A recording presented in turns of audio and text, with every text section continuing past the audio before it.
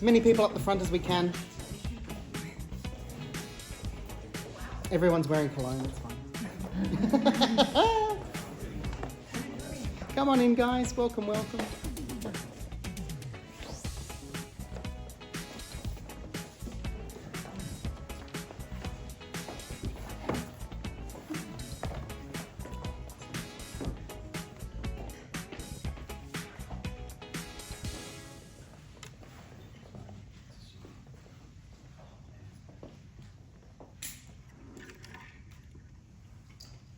It's my finger. Good evening, everybody. Thank you for coming. I hope you have fun. I hope you met someone interesting out there and you had some great chats. Tonight, it's all about talking about the area. It's talking about the challenges, and it's talking about maybe some great opportunities as well. So we should finish the night in a very high level, and everybody should be happy at the end. If you have any questions, please make sure you reach out either to me, Pina, Alex Tinsley, or Michael Rogers there. We as well have in the room 2 mortgage brokers. We have Mia there, and then we have Matt here at the front. So let's just say that you're thinking about it, but you're not sure, is my capacity good, is not? So we do have brokers in the room that can help you out with those numbers too. So we've got you covered. The idea is that for you to relax. If you have any questions, of course, you can ask. The lady that knows everything is Shelley. And enjoy. I'll now call Alex Tinsley for the first presentation. Thank you. Thank you very much, Pina. Don't relax too much because we do need you to pay attention. Okay. Guys, this is a little bit about what I'm going to cover today. I've been asked to give a presentation just a little bit about what the market looks like, how the certain parts interact, just to give you a little bit of a foot grounding. I know we've got a lot of people in the room who understand property very well, but we'll start from a fairly simple position and work our way up from there. I'll talk about Sydney, I'll talk a little bit about our community and some of the challenges, forecasts, what's happening in the future, and some investment opportunities, because that's my speciality. So what is the market? How do we talk about the property market? If anyone is in property, I'm sure you get asked this all the time, what's the property doing? And I always say, so what's the market doing? What market? Which market?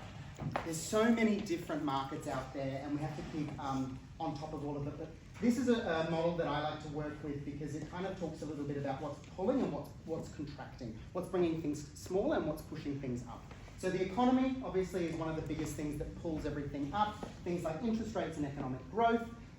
As we know, a lot of people are talking about interest rate reductions over the next 12 months. Can we rely on that? The answer is no, we never can, but we can at least prepare ourselves within that. Demand, so is population growth, that's really important here in the pink. What's pulling things up? So, you know, just after COVID, we had like 680,000 new arrivals into Australia in 12 months, okay? Which is an enormous population growth, you know, and so what that's done is that's really pushed prices up because it pushes from the bottom, you know, rentals especially, and then the people move up and everything goes up from there. And changing needs of our population. I think a lot of people are looking at moving away from having, you know, the quarter-acre block, and because they have to, do you know what I mean? It's a new way of living. Policy, so what sort of assistance is coming from the government? I'm sure you're all aware of the 2 different options that were given by the Labor government and the Liberal government. They were both demand side, okay? They both were aiming to increase demand, not increase supply. And banking policy as well, really important.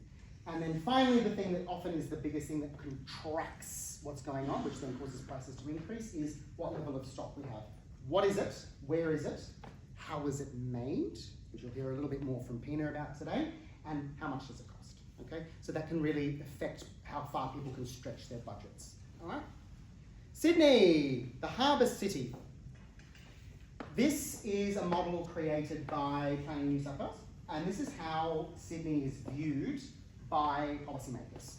It's called the 6 cities model. I don't know if anyone's seen this before, but essentially puts people into all of these different regions. So you've got the capital region down by Canberra, the Central Coast, Central Sydney in blue, Eastern Sydney in purple, Illawarra, Shoalhaven, Lower Hunter, Upper Hunter, Mid Coast, and Western Sydney. So a lot of, I'm sure people in the Upper and Lower North Shore are like, what are you talking about calling me the Eastern Sydney? How very dare you?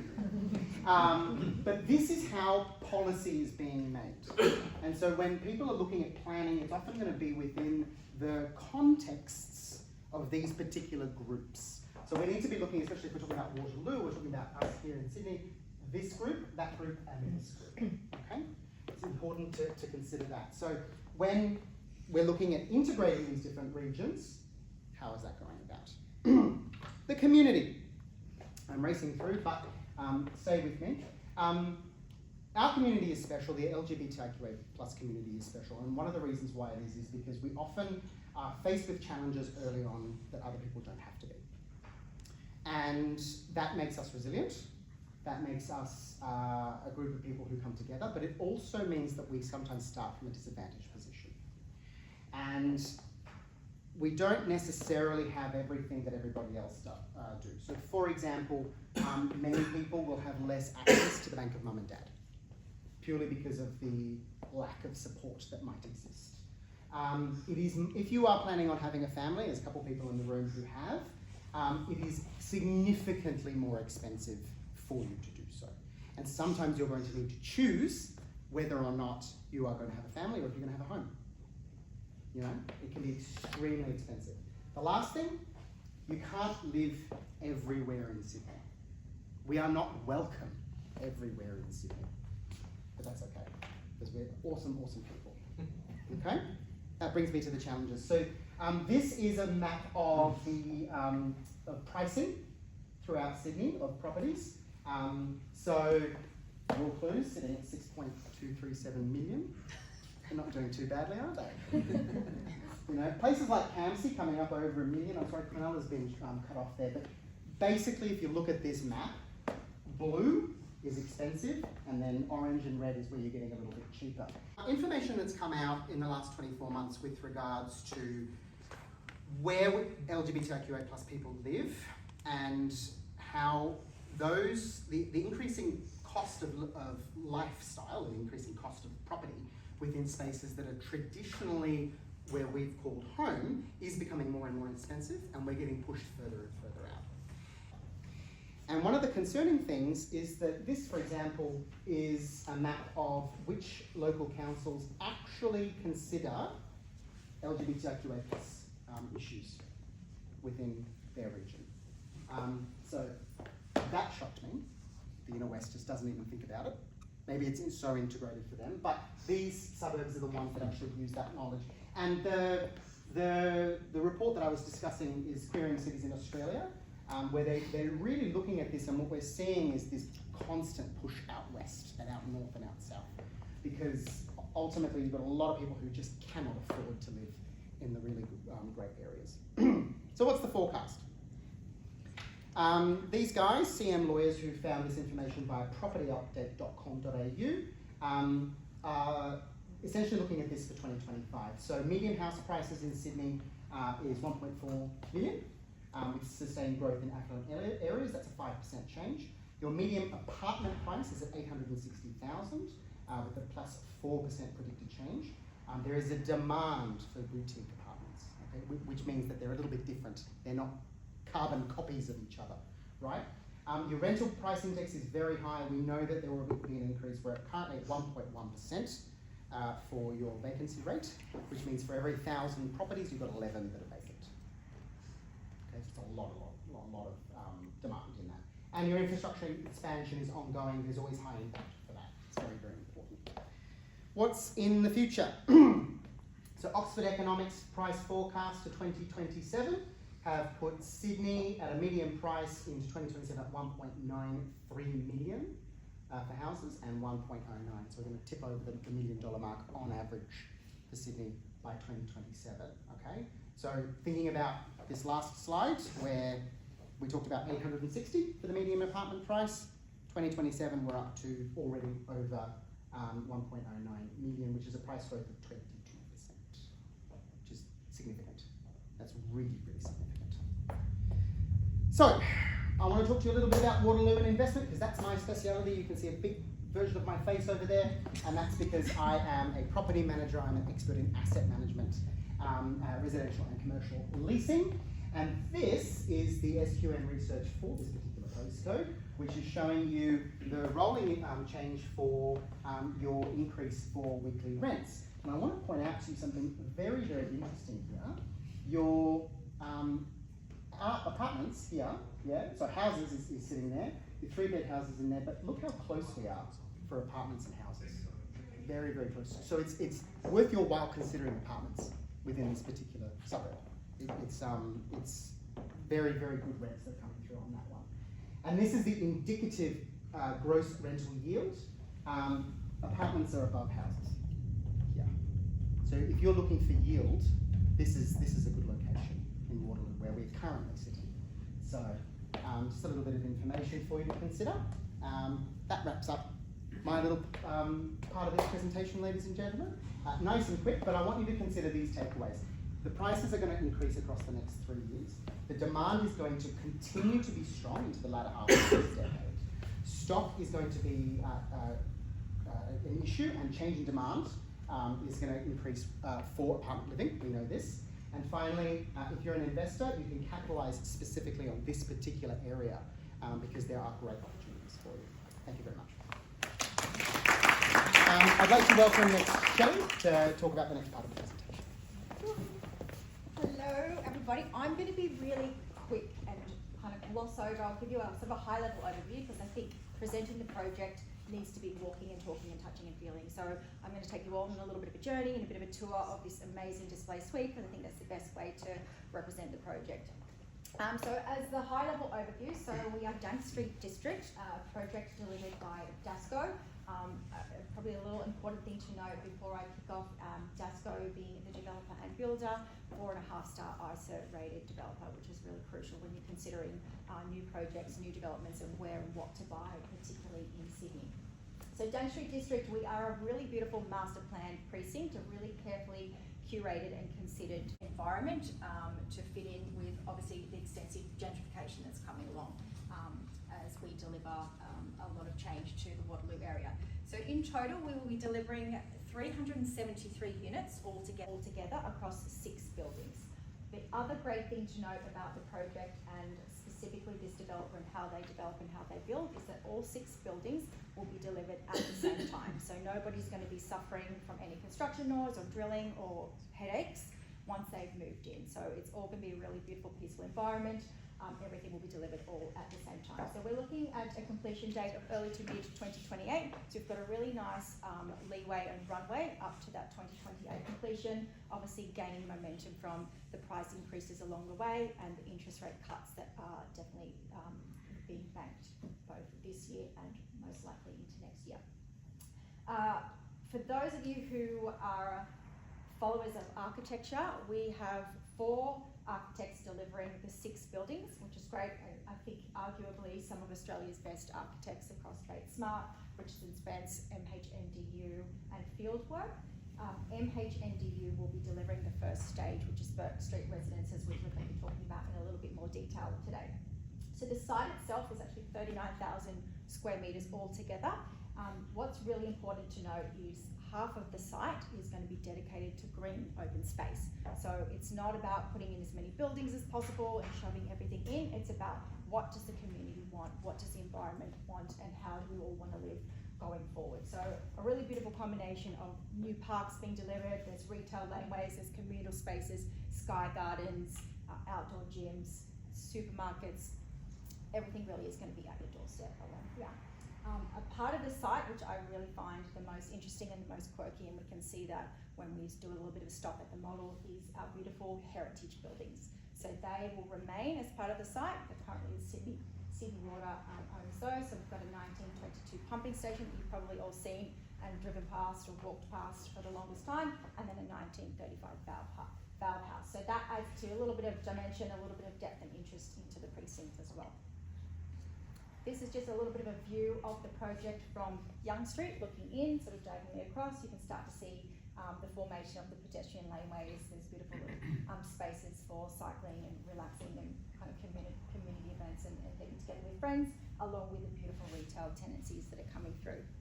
So we'll have 15 retail spaces available underneath, so right at your doorstep. So living is convenient, it's ease of use. You don't want to have to drive or go too far from where you live. So we've got very dedicated, curated tenancies that will be specifically designed for the residents. The developer will be controlling the tenants going in, so you're not going to have a random tobacconist or things like that. If we're looking at the beautiful Dank Street district, grocers, little marketplaces, cafes and restaurants.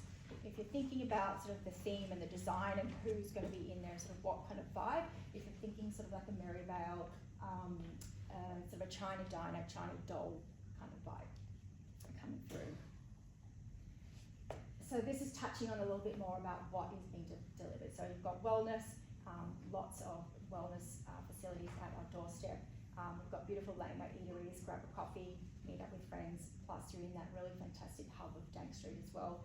Parks and leisures, I'll talk to that a little bit more in more detail, just about the new parks and the green spaces that have been delivered, and then retail just being directly at your doorstep. You can just duck downstairs if you run out of something while you're cooking, everything's going to be right there. I won't talk about this too much because I think we can stop and discuss this in a little bit more detail. This is just giving you a little bit of an overview of the master plan and what's being delivered and where the buildings are, but you'll note building number 1, that will be our first stage that we're delivering as Burke Street residences. A couple of little images, I won't talk about this too much. We can sort of start to see the design aesthetic and what is coming through. So that very high end, that very bespoke, beautiful architectural significance. We're delivering something that's a little bit different, moving away from that cookie cutter Meriton style to something a little bit more streamlined, a little bit more designer, if you will. Won't touch on this too much because we've got the beautiful kitchens and bathrooms outside for you guys to have a look into. Probably just want to touch on, I guess, why Waterloo and why Dank Street District a little bit more. Waterloo really is that 10-minute suburb. I'm sure you've all been here, you all know about it. In terms of accessibility, for anything you really want to get to, we're right in the heartland of it all. So we're only 3.5 kilometres from the CBD. We've got the fantastic new Waterloo Metro station that's just opened. So it's a really big game changer for the area. And we're almost sort of equidistant walking position from the Metro and also Green Square Station. So you will be in Martin Place in about 6 minutes and then Barangaroo in under 10. We've got every other option in terms of transport, bus links, light rail, cycle paths, so accessibility is not a problem at all. And we've got Sydney Airport, only a 10-minute drive away. I'll talk to all of this, I think, as we do a little bit more walking and talking, particularly around the map, because we've got times it takes to walk, to drive, and for public transports just around the hub. But I think the most important points to note are how close we are in terms of all the retail. So Dank Street, if you haven't eaten there or dined there before, I highly recommend for those foodies among us, fantastic options around Dank Street. Plus you've got Coles and Aldi in probably a 2 or 3 minute walk away, and we'll be delivering a brand new Woolworths that will come through just here that is being developed down the track as a part of the greater Dank Street South Precinct renovation. Access to universities, City's top 3 are all with close proximity: New South Wales University, Sydney and UTS, and there is a fantastic emerging, I guess, mega school coming through. So it'll be a high-rise school catering from kindergarten to year 12. We're looking to a 2028 to 2029 completion as a part of this wider Dank Street South Precinct. And again, I've sort of touched on the sort of the value perspective and proposition. The capital growth that we're looking to achieve here really is going to be anchored by the new metro proximity. We've got a huge new metro quarter redevelopment. It's one of sort of Sydney's largest urban renewal projects that is currently underway. So it really will be sort of extending that city a little bit further out to encompass that Waterloo precinct.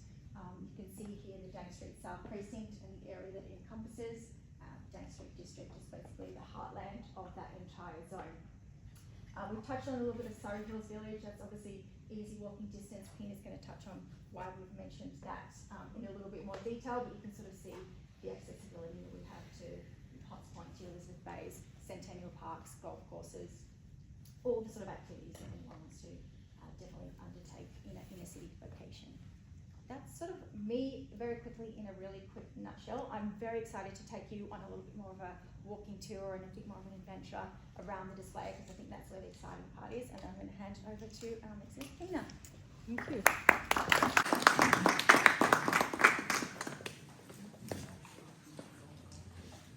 Now I get to talk about the least interesting stuff.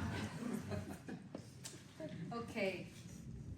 I want to talk about the competition, because what happens when we have an off-the-plan development and people say, oh, but there's nothing to compare it to. Especially in an area like this, as Alex showed, there's so many buildings and there's so much around that has been around for so long. So you have a lot of things. But luckily, for this development, we actually have 3 competitors in the market right now. Surrey Hills Village is complete. You can go and have a look at it if you want. They have still some apartments selling. And then we have Roseberry coming up from Stockland. Stockland are great to do land development. I don't know what they're doing buildings, to be honest. This is my personal opinion. And then we have Decorp with the avenues in Zeppelin. Now, you would say, why are you showing us this? Because I want you to go there and have a look. Because not only they're inferior quality of what you're gonna see here, but this is how much they're charging per square meter. So your entry level at those projects, it's much higher than here. So you're gonna pay much more to get much less. Now it's up to you what you want to do with that information, but this is inside information. And I think you should know that, because when you walk into a display people make you believe that that's the best thing after sliced bread. And I'm here to actually show you that this is actually the best thing after sliced bread, because it's a very good development. Now, what are we looking here at these price points for square meters? That's how we price apartments per square meter. So what a 1 bedroom in this project would look like? You're talking 14,000 per square meter. It's a big difference. For a 2 bedroom, 16,000. And for a 3 bedroom, 17,000. So for an entry point of view in the market, that will be in 2028, that's where the advantage point is to buy an off the plan, because you're buying now, you're securing now the price of the future. But Pina, what about the resales? I can go and buy a second-hand one. Sure, go for it, knock yourself up. Look at the prices. Look, these are just sold. As you can see, I'm trying to find stuff around here. And these are current prices. Now, I can bet with you, now I'm a buyer's agent, I go and check buildings all the time. Most of these buildings will have waterproofing issues. They didn't sell for more because people are discounting them, because they don't want to be in the building when they receive the $50,000 bill, the $100,000 bill, because they have to fix the building. And that's the main issue. And that's why I said I'm going to talk about the things that no one's to talk about, because we want to believe that we live in La La Land and everything is perfect. But that's a risk when you buy an apartment. There's always risk. Now, how do you manage risk? So there's the money part that I already showed you, that this is the cheapest one around. I'm going to show you that this builder actually has been around for long and cares. They even shake the hand. Who knows who this man is? No one? So he used to be our former building commissioner. So in 2021, New South Wales established, after the massacre of the Opal Tower and the Mascot building and everything else, that definitely we were not building good enough in New South Wales. So they finally created something that should have been there from the beginning, and we have to start building better. So we have a building commissioner now that comes on site and checks if people are doing the things correctly. Now, if you're not, you'll stop the site and you have to fix it halfway through it so you can continue building. That increased cost in building, that's increasing costs on everything. Because guess what? Now people can't cut corners anymore because they have to build correctly. Now Dasco has been building for 30 years and they have no issues with that. So I hope I got the builder out of the way. Now, the third thing that is very, very important is defects. Now, who knows what is this ICERT? Have you ever seen that? This is something that was created again because of the building commissioner, where a lot of builders were going broke. So they were going broke, they were not finishing their constructions, they were not doing what they were supposed to do. They were taking people's money and not delivering.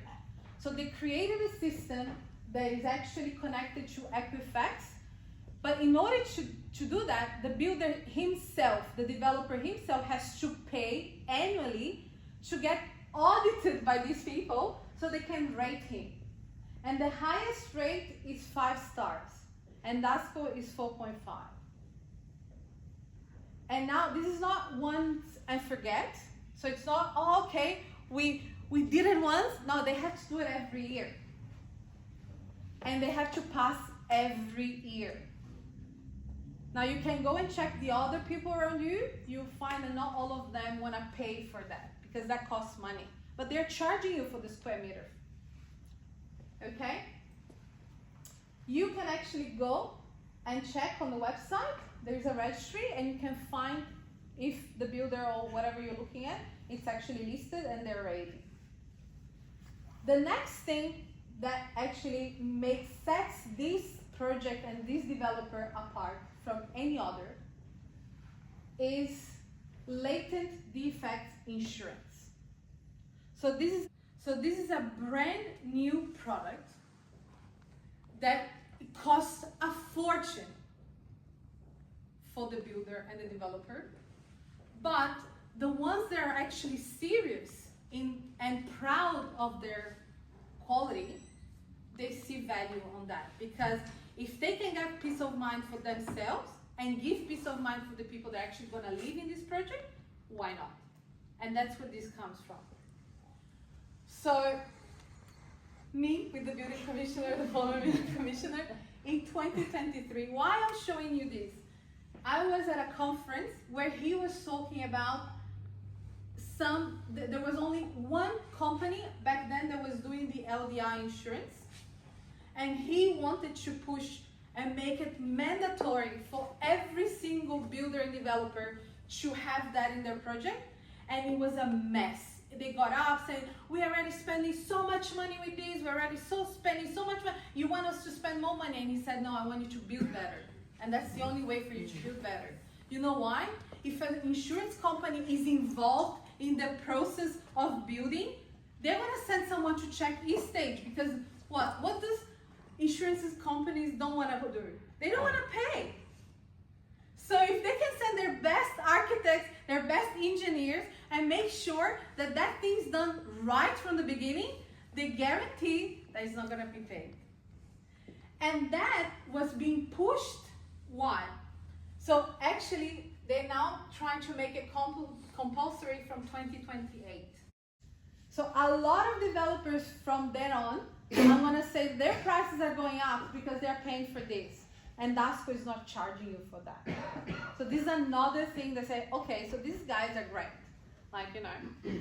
Now, some of you might be used to the strata building bond. When you're building a building, that was created to protect people living in buildings. The issue with this is that it's only for 2 years. So if after 2 years nothing shows up, the builder goes there, gets his money and goes, and if he closes his company or whatever, and you have an issue with waterproofing in 3 years or in 4 years or in 5 years, you're done. Now you have to come up with your own money. Now with LDI insurance, it's 10 years. and that has nothing to do with the builder, they can cease to exist, and you still get the payout straight away. With this, you have to go to court. You have to. It's not an easy. Even if you're within the 2 years, you still have to go to court and spend money in court to get the money. So why am I showing this? Because this is risk management when you're buying off the plan.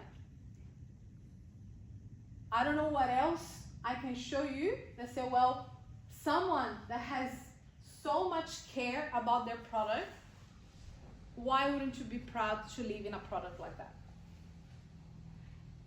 Hi everyone, so my name's Michael. I'm the owner of Love Property Australia, and I have the pleasure of working with Alex and Shelley and Pina to promote and sell this wonderful development. Now, I traditionally normally would specialise in investment properties, and there's 3 keys that I've said since I've been specialising in this field that you need when you invest in a property. And when you're looking for that property and you're looking for that area, it's with the area you're looking for, you know, is there population growth? Is there employment opportunities, and is there infrastructure spend? And I don't think I need to go into the detail after what you've seen tonight, that it ticks all of those boxes, definitely in my mind and in many people's minds if you're looking at it from an investment point of view.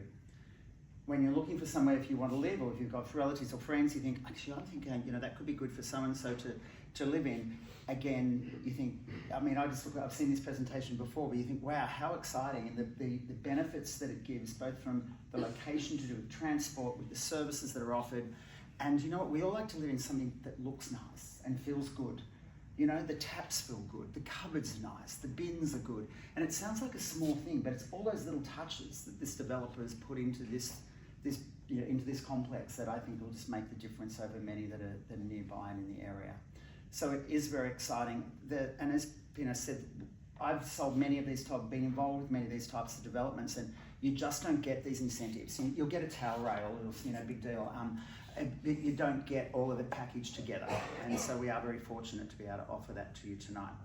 Now, if any of you have got questions, you know, and I could see, like some people, you may not know what EOI stands for, you may not know what the hell, how does that work, how do I do it, what do I do, where do I sign, all that sort of stuff.